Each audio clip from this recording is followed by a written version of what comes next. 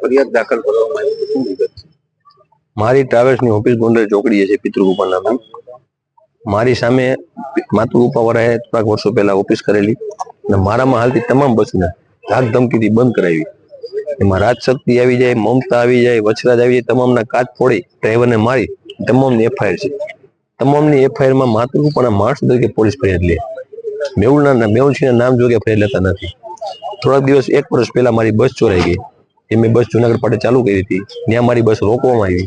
ત્યાં મેં એફઆઈઆર કરાવી અને એ બસ રાજકોટથી ચોરીને સળગાવી લીધી. હજી તારીખમાં મળી નથી. મેં મેહુલસિંહના નામ જોડે કીધું, લખેલી ફરિયાદ છે. આજ સુધી એનો આરોપી મળેલ નથી.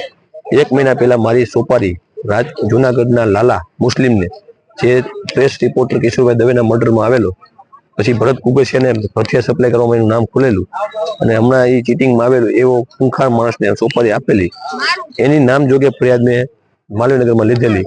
માલવીનગરમાં 11:30 વાગ્યાનો ગયો હતો. રાત્રે 9 વાગ્યા સુધી ફરિયાદ લીધી નહીં. પછી માત્ર લાલાએ ધમકી આપી એવી સામાન્ય ફરિયાદ લઈ અને એફઆઈઆર ફાડેલી. પછી મેં કમિશનરને રજૂઆત કરતા અને એક અરજી આપેલી કે આમાં સોપારીમાં મેઇન નામ મેહુલસિંહનું છે, લાલા પાસે તમે ખોલાવો. એટલે સીપી સાહેબે એ તમામ ફરિયાદ છે એ ક્રાઇમને કાલ ટ્રાન્સફર કરી. અમારું કેવું એટલું જ છે કે જો તમે 9 ફરિયાદમાં એક પણ જગ્યાએ મેહુલસિંહ નામ ન લખાવતા હોય માટે આ સોપારી સુધી પહોંચી. સોપારીમાં પણ તમે તટસ્થ તપાસ નહીં કરી, મેહુલસિંહ નામ નહીં કરી, આવતા દિવસોમાં મારી જાનનું જોખમ છે. આગામી સમયમાં તમારી શું માંગ? મારી માંગી છે ગુજરાત સરકારને, રાજ્ય સરકાર, હર્ષસંઘવી સાહેબને, રાજકોટના સીપી સાહેબને કે આમાં લાલાને કડક ભાષામાં પૂછપરછ કરવામાં આવે તો મારી બસ લાલો ચોરી ગયો છે મેહુલસિંહના કહેવાથી અને મારી સોપારી મેહુલસિંહના કહેવાથી જ આપેલી છે. અદાવતમાં કાંઈ નહીં, ધંધાકીય હરીફાઈ. મારે કોઈ જાતની એની માથાકૂટ નથી થઈ, મારે કોઈની સાથે વેર નથી. હું ધંધો કરું છું, મારો ધંધો ઝડપી લેવાની માટે, મારો ધંધો આંચકી લેવા માટે આ એક જ. એની સામે કોઈ હજી લગી થયું નહોતું, ધંધો કોઈ કરતું નહોતું. મેં હરીફાઈની હિસાબે મેં ઓફિસ કરી અને મારી બસ મારી ચાલે છે મારામાં. એની સામે કોઈ પણની બસ જુનાગઢ કે પોરબંદર એની આગળ એની પાસે જાવી ન જોઈએ એવીની ધાક છે.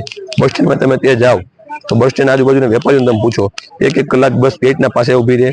15 પેસેન્જર બસ સ્ટેન્ડમાંથી લઈ આવવાના, બસની ટેક્સની ચોરી કરવાની, ટોલ નાકું ભરવાનું નહીં. તમામ બસોમાં ટેક્સ ચોરી હોય છતાં આજ લગી આરટીઓની ઉપર એક્શન લીધેલ નથી.